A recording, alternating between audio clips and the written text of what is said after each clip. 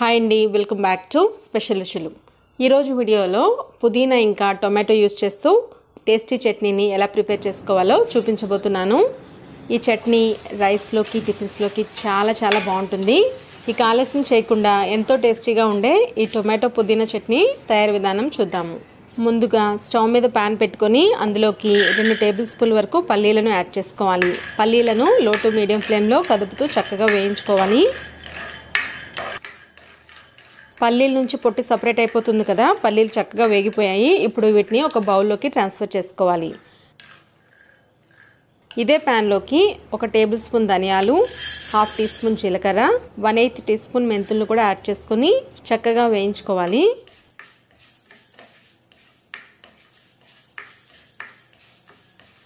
వేయించుకున్నాక వీటిని కూడా ఒక బౌల్లోకి ట్రాన్స్ఫర్ చేసుకోవాలి. ఇప్పుడు మళ్ళీ ఇదే ప్యాన్లోకి 1 టేబుల్ స్పూన్ ఆయిల్ని యాడ్ చేసుకోవాలి. ఆయిల్ కాగిన తర్వాత ఇందులోకి 7-8 పచ్చిమిర్చిని ముక్కలుగా కట్ చేసుకుని యాడ్ చేసుకుని చక్కగా వేయించుకోవాలి. పచ్చిమిర్చి కాస్త వేగిన తర్వాత ఇందులోకి చిన్నవి 3 టొమాటోలు ముక్కలుగా కట్ చేసుకుని యాడ్ చేసుకుని ఫ్రై చేసుకోవాలి. టొమాటో ముక్కలు త్వరగా మగ్గటానికి ఇందులోకి సాల్ట్ని యాడ్ చేసుకోవాలి. రుచికి సరిపడా సాల్ట్, అలాగే 1/2 టీ స్పూన్ పసుపుని యాడ్ చేసుకుని బాగా మిక్స్ చేసుకుని టొమాటోలను ఒక 2 నిమిషాల పాటు మగ్గించుకోవాలి.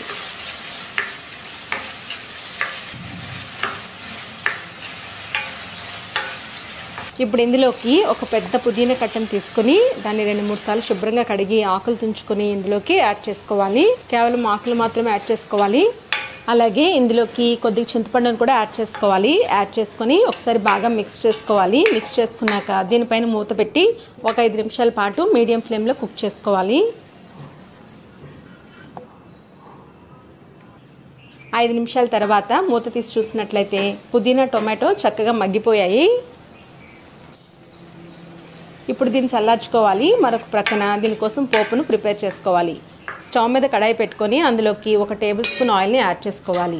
ఆయిల్ కాగిన తర్వాత ఇందులోకి పోపు దినుసులు యాడ్ చేసుకొని వేయించుకోవాలి.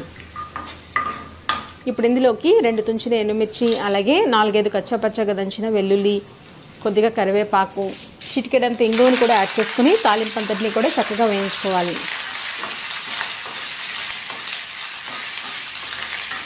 ఇప్పుడు ఒక మిక్సీ గిన్నె తీసుకోవాలి. ఇందులోకి ముందుగా వేయించి పెట్టిన పల్లీలను పొట్టు ఒలిచి యాడ్ చేసుకోవాలి. అలాగే ఇందులోకి వేయించి పెట్టుకున్న ధనియాలు, జీలకర్ర కూడా యాడ్ చేసుకోవాలి. దీన్ని ఈ విధంగా ఫైన్గా పౌడర్లా చేసి పెట్టుకోవాలి. ఇప్పుడు ఇందులోకి ముందుగా వేయించి పెట్టుకున్న పుదీనా టొమాటో మిశ్రమాన్ని కూడా యాడ్ చేసుకొని ఈ విధంగా బరకగా గ్రైండ్ చేసుకోవాలి. ఇలా గ్రైండ్ చేసుకున్నట్లయితే మనం రోట్లో రుబ్బుకున్నట్లు ఉంటుంది. ఫైన్ పేస్ట్లాగా మాత్రం ఎట్టి పరిస్థితుల్లో గ్రైండ్ చేయొద్దు.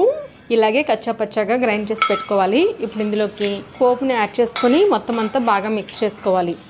ఈ పచ్చడిని చూస్తుంటేనే నోరు ఊరుతుంది కదా, తప్పకుండా ట్రై చేయండి. చాలా బాగుంటుంది. మీకు గనక ఈ వీడియో నచ్చినట్లయితే లైక్ చేయండి. మరిన్ని వీడియోస్ కోసం నా ఛానల్ని సబ్స్క్రైబ్ చేసుకోండి. మీ విలువైన అభిప్రాయాలను నాకు కామెంట్ ద్వారా తెలియజేయగలరు. Thank you for watching.